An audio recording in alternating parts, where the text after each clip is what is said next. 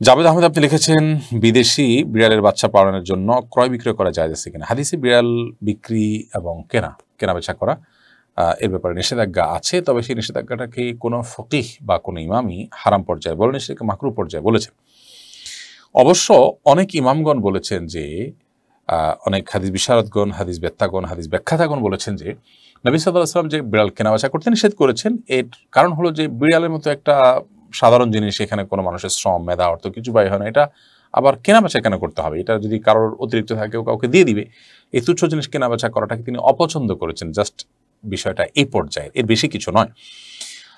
তবে আজকাল যে বিদেশি বিড়াল বা উন্নত জাতের বিড়াল পাওয়া যায়, এই বিড়ালগুলো সাধারণত চাষ করতে হয় খামারে, এগুলোর পিছনে অনেক অর্থ ব্যয় করতে হয়, এগুলো চিকিৎসা করতে হয়, টিকা দিতে হয়, নিয়মিত সেগুলোর খাবার সরবরাহ করতে হয়, নানান উদ্যোগ যেহেতু সেখানে ব্যয় করতে হতে, এই বিড়ালগুলো তার আওতায় পড়ে না। অর্থাৎ এখানে যেহেতু ইনভেস্টের ব্যাপার আছে আর বিড়াল পালন করা বেশ যেহেতু জায়েজ আছে, অতএব এগুলো কেনাবেচা করা জায়েজ আছে। এই মতটি অধিকতর আমার কাছে যুক্তিসঙ্গত মনে হয় এবং অধিকতর এটা আপনার দলিল সমৃদ্ধ আমার কাছে মনে হয়।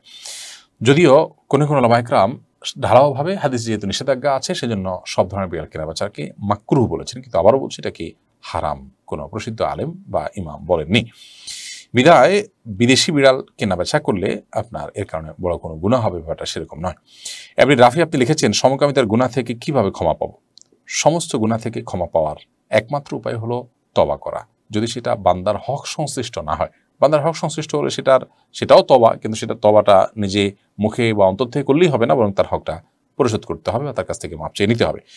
সমকামিতার গুনাহ থেকে বাঁচার জন্য ক্ষমা পাওয়ার পদ্ধতিও একই, অর্থাৎ আল্লাহর কাছে তওবা করতে হবে, ফিরে আসতে হবে, অন্যায় থেকে নিজের কৃতকর্মের জন্য লজ্জিত হতে হবে, অনুতপ্ত হতে হবে, নিজেকে ভৎসনা করতে হবে, ভবিষ্যতে আর না করার সংকল্প করতে হবে। এই বিষয়গুলো যদি আপনি সমন্বয় করতে পারেন, তাহলে সেক্ষেত্রে আপনি জোরালোভাবে আশা করতে পারেন আল্লাহ আপনাকে ক্ষমা করবেন ইনশাআল্লাহ তাআলা। মোহাম্মদ মোশাররফ হোসেন আপনি লিখেছেন, যাকাতের টাকা উন্নয়নমূলক কাজে ব্যবহার করতে পারবো কিনা?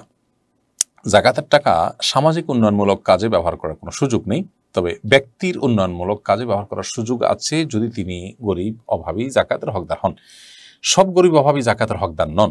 জাকাতের হকদার হওয়ার জন্য শরিয়ার জাকাতের হকদারের যে ডেফিনেশন দিয়েছে, ফুকারা এবং মাসাকিন এর যে সংজ্ঞা দেওয়া হয়েছে, তার আওতা যদি পড়ে, তাহলে সেই ব্যক্তির উন্নয়নের জন্য, তার আর্থিক উন্নয়নের জন্য আপনি জাকাতের টাকা দিয়ে কোনো উদ্যোগ গ্রহণ করলেন, তাকে কোনো একটা উপার্জনের মাধ্যম ধরিয়ে দিলেন, ব্যবস্থা করে দিলেন জাকাতের টাকা থেকে, এটার মালিক তিনি হয়ে গেলেন, তাহলে সেক্ষেত্রে এরকম উন্নয়নমূলক কাজে আপনি জাকাত ব্যয় করতে পারবেন। কিন্তু আপনি সামাজিক উন্নয়নমূলক কাজে জাকাতের টাকা যদি ব্যয় করতে চান, আপনি রাস্তা, কালভার্ট ইত্যাদি নির্মাণ করলেন, কোনো টিউবওয়েল বসালেন যেটাতে যে কেউ পানি পান করবে, তাহলে সেটা কিন্তু জায়েজ হবে না।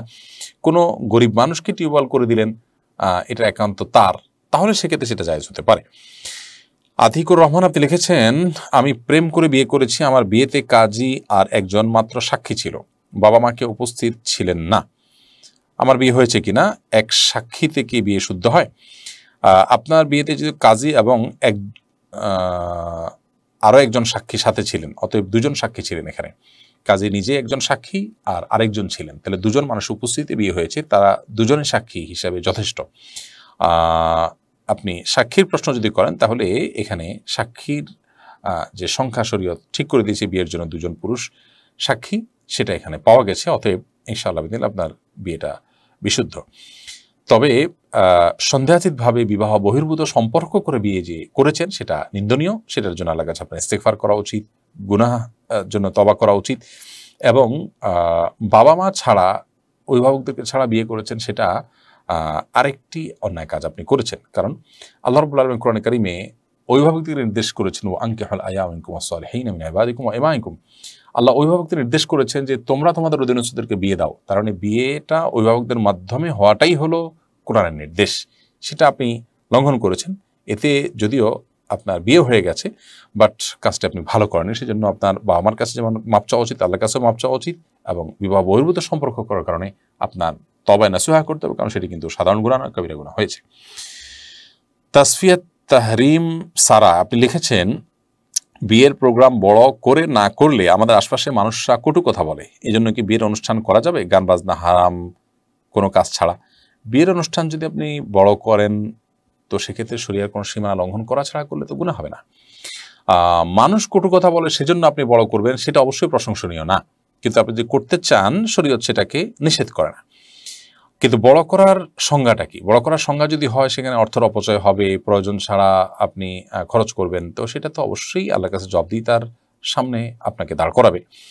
বাট অনেক বেশি মানুষ খাওয়ালেন, একটু বড় করে আয়োজন করলেন, সেটাতে কোনো অসুবিধা নেই শরীয়ত দৃষ্টিকোণ থেকে।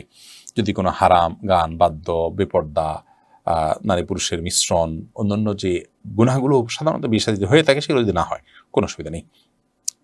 নবী করিম সাল্লাল্লাহু আলাইহি ওয়াসাল্লাম যে হাদিস রয়েছে এবং সাহাবায়ে কেরামের বিভিন্ন যে বক্তব্য রয়েছে, নাওয়াজাবান নিকাহে বারাকাতুন আইসার ওয়া মাউনা, সবচেয়ে বরকতময় বিয়ে হলো যেখানে খরচ কম, সেখানে উদ্দেশ্য হয় মহরের ব্যাপারটা, যদিও শব্দের ব্যাপকতা সেটাকেও শামিল করে এবং সে ব্যাখ্যাও আছে। এজন্য বিয়েতে খুব বেশি টাকা খরচ করা এবং বিশেষ করে অপচয় সীমানা যদি চলে যায় সেটা তো অবশ্যই নিন্দনীয় পর্যায়ে পড়বে। আর অপচয় সীমানা যদি না যায় এবং কোনো গুনাহের কাজ না হয়, বড় করে আয়োজন করাতে ইনশাআল্লাহ কোনো গুনাহ হবে না। সাবিনা ইয়াসমিন লিখেছেন, আমার বিয়ের বয়স 20 বছর, ছেলের বয়স 18+, মেয়ের বয়স 13। শুরু থেকেই স্বামীর সাথে বনিবনা হয়নি, জীবনের এই পর্যন্ত এসে এখন এই অবস্থা। তার মা বোনের পরামর্শ নিয়ে সে চলে, আর মানতে পারছি না, এখন করণীয় কি? বোন, আপনাকে আমরা বলবো আপনি ভালো বিচক্ষণ বিদগ্ধ কোনো আলেমের কাউন্সেলিং গ্রহণ করেন, আপনার পুরো অবস্থাটা আপনি তাদেরকে জানান এবং এরপর আপনার করণীয় নির্ধারণ করেন। কারণ আমরা আপনার এই সংক্ষিপ্ত বর্ণনা থেকে আপনার পুরো পরিস্থিতিটা ঠিক বুঝে উঠতে পারছি না। আমরা এখানে যদি কোনো পরামর্শ দিই সেটি যথাযথ নাও হতে পারে। বিধায় আপনার প্রশ্ন আমরা স্কিপ করছি এবং দোয়া করছি আল্লাহ তাআলা আপনার সমস্যা দূর করে দিন। আর আপনাকে এবং আপনার মাধ্যমে অন্যদেরকে আমরা একটা কথা বলতে চাই, আমাদের অনেক বোনরা এই কথা বলেন যে দাম্পত্য জীবন আমি অসুখী, আমার অসুবিধা হচ্ছে, কষ্ট হচ্ছে। বিনয়ের সাথে আমি বলতে চাই, আপনার সারা জীবনের কষ্টের বিনিময়ে যদি আল্লাহ তাআলা আপনাকে জান্নাত অফার করেন, তাহলে ডিলটা আপনার জন্য কি লাভজনক হবে নাকি লোকসানের হবে? সন্দেহাতীতভাবে এটা লাভজনক হবে। 50 বা 60 বছর আমি কষ্ট করলাম, এই কষ্টের একটা এন্ডিং আছে। এই কষ্ট করতে করতে না আমার মৃত্যুই হবে, এর বেশি তো কিছু হবে না। কিন্তু তারপর যদি আল্লাহ তাআলা জান্নাত দিয়ে দেন, ইমানদারের এই সান্ত্বনাটা অনেক বড় একটা জায়গা। এই সান্ত্বনাটা আপনাকে অনেক বেশি নির্ভর করবে ইনশাআল্লাহ বিইذনিল্লাহ। আপনি সবর করেন, নিশ্চয়ই ফেরাউনের স্ত্রী আসিয়া তিনি যে কষ্টে ছিলেন আপনি এত কষ্টে নেই। আল্লাহ রাব্বুল আলামিন তাকে জীবদ্দশাতেই তার যে গন্তব্য জান্নাত সেটি তার সামনে ফেরেশতাদের মাধ্যমে প্রদর্শন করিয়েছিলেন। বিধায় আমি আপনাকে বলবো সবর করবার জন্য, সেই সাথে আপনার পরিস্থিতি থেকে উত্তরণের পদক্ষেপ হিসাবে কি গ্রহণ করা উচিত সেটি অবশ্যই আপনি কোনো বিদগ্ধ আলেমের সাথে পরামর্শ করে নেবেন।